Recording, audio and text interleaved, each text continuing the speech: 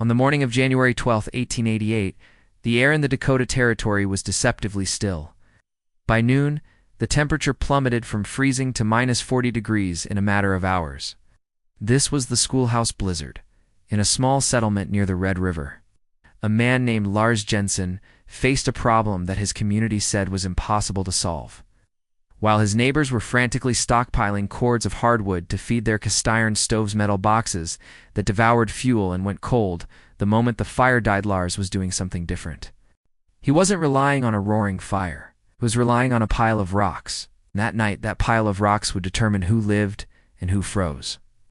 Lars had arrived in the territory in May of 1886. He was a widower, 42 years old, carrying exactly $14.50 in silver, and a heavy grief he rarely spoke of. He had left his ancestral home in Sweden after losing his wife to a fever during a particularly damp, cold winter. He didn't bring much in the way of possessions, no fine china, no heavy furniture. But he brought a blueprint in his mind. It was a design perfected over centuries in the grand manors of Scandinavia and the humble cottages of Russia. When he claimed his land, he didn't start by felling trees for a quick log cabin. He started by digging for clay and hauling stones. River stones, field stones, heavy, ugly granite. To the Americans around him, he looked like a madman. To Lars, he was building a kakelov, a masonry heater. He knew that in this climate, heat wasn't about making fire, it was about keeping it. The community was quick to judge. They were relying on the modern technology of the day, the cast iron box stove. It was cheap, it was fast, and it was imported from the factories in the East. Silas Webb, builder with 30 years of experience, framing houses, stopped by Lars's site in July. He looked at the massive stone foundation Lars was laying in the center of the floor plan. Silas Webb, you're sinking 5 tons of rock into the middle of a wooden house, Jensen. The floor joists won't hold it. You'll freeze to death before it gets warm. Then there was Dr. Eris Thorne. Educated in Boston, he believed in the new science of airflow and ventilation. Dr. Thorne, it's stagnant heat, Lars. You need circulation. A cast iron stove pushes hot air convection.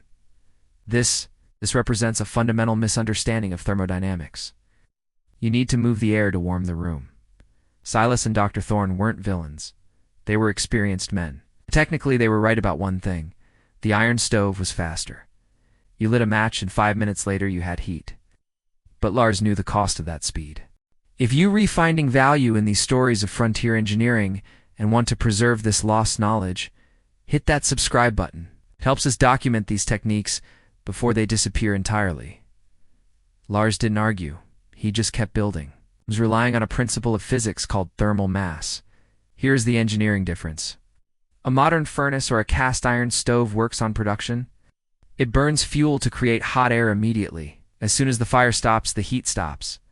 It is a sprint. Narrator, Lars's heater was a battery. The design involved a firebox that burned wood at incredibly high temperatures over 1,500 degrees Fahrenheit. But instead of letting that hot smoke escape up a chimney, Lars forced it through a labyrinth of baffling channels, winding up and down inside the masonry. By the time the smoke exited the chimney, it was cool. All that heat, 90% of it, was absorbed by the 4,000 pounds of stone and brick. Silas worried about the weight.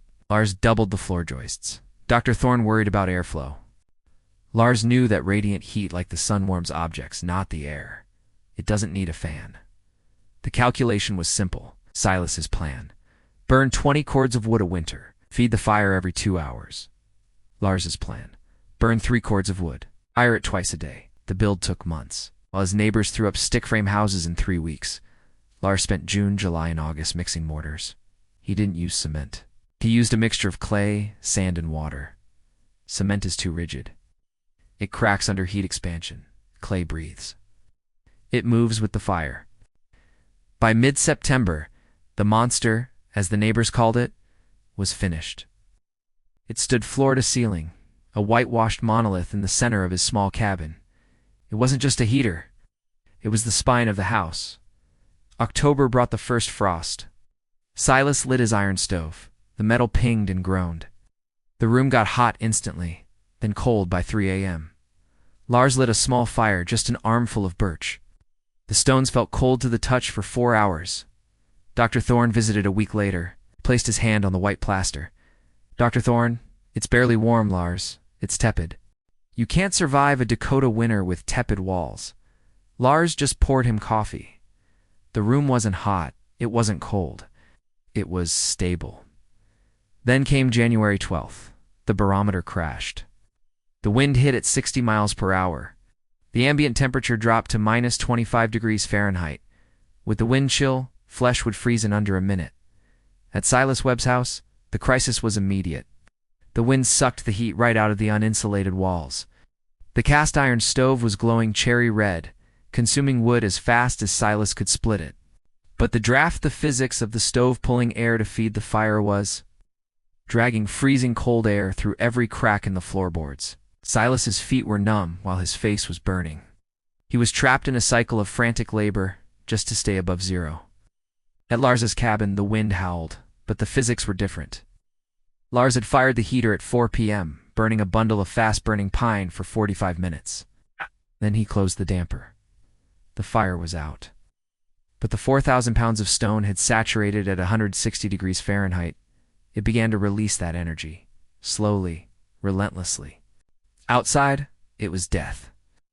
Inside, the temperature held at 66 degrees Fahrenheit. No drafts, no noise, no fans. Just a silent, radiating warmth that penetrated the furniture, the floor, and Lars's bones. At midnight, a pounding on the door, was Dr. Thorne. His buggy had overturned in a drift a mile away. He'd walked through the whiteout, his hands already turning waxy and white. Lars pulled the doctor inside. Dr. Thorne collapsed near the heater, expected to find a roaring blaze. He found nothing. The firebox was dark. Yet the heat coming off the white stone was overwhelming. It thawed his hands. It dried his coat. By morning, the storm broke. The sun rose over a frozen world. Silas Webb survived, but he had burned a quarter of his winter wood supply in 24 hours. He had stayed up all night feeding the iron beast. Dr. Thorne, now recovered, took a thermometer from his bag. He measured the air in the corners of the room. He measured the floor, measured the surface of the heater. "Dr. Thorne, it's uniform. Temperature. It's the same in the corner as it is in the center. I've never seen this." "You haven't added wood since yesterday, Lars?" "Not since yesterday afternoon." The man of science had to admit that his theory of airflow was flawed. Moving air cools you down. Radiant heat warms you up. "Dr. Thorne, it's not a furnace, is it? That's a battery made of rock." In the years that followed, 6 other families in the valley built masonry heaters with Lars's help. The data from that era tells the story. Fuel usage. The neighbors burned 15 to 20 cords of wood a winter. Lars burned 3 to 4. Safety. 2 neighbors lost their homes to chimney fires caused by creosote buildup and cool metal flues. Lars's chimney never accumulated creosote because his fires burned so hot. So, why don't we have these today? Why is your home heated by a forced air furnace that lasts 15 years, breaks down, and blows dust allergies into your sinuses? Because modern heating is a scam of planned obsolescence? A modern heat pump is a marvel of technology, full of refrigerants, compressors, and circuit boards. It is efficient, yes, but it is fragile. It has a lifespan of 15 to 20 years. A masonry heater built correctly has a lifespan of 300 years. There are no moving parts. There's nothing to break, nothing to service. We traded the resilience of thermal mass for the convenience of a thermostat. We stopped building houses that hold heat and started building houses that just pump heat. If you want to see the specific blueprints for how these heaters work, I've linked a resource below. But first, let's look at the final lesson Lars left us. Lars Jensen died in 1928, comfortable in the same house he built 40 years prior. The heater is likely still there, even if the house is gone. Stones remain. The lesson of the masonry heater isn't just about wood versus gas. It's about the difference between consuming and storing.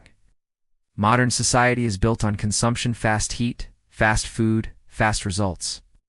Ancestral wisdom was built on storage, patience, thermal mass, delay. When the power grid fails, your heat pump is a lawn ornament. When the gas line breaks, your furnace is a box of scrap metal, but a masonry heater? As long as there is a twig to burn, it is a life support system. Perhaps it's time we stopped looking for newer, smarter ways to heat our air and started looking back at how we used to warm our stones. Thanks for watching.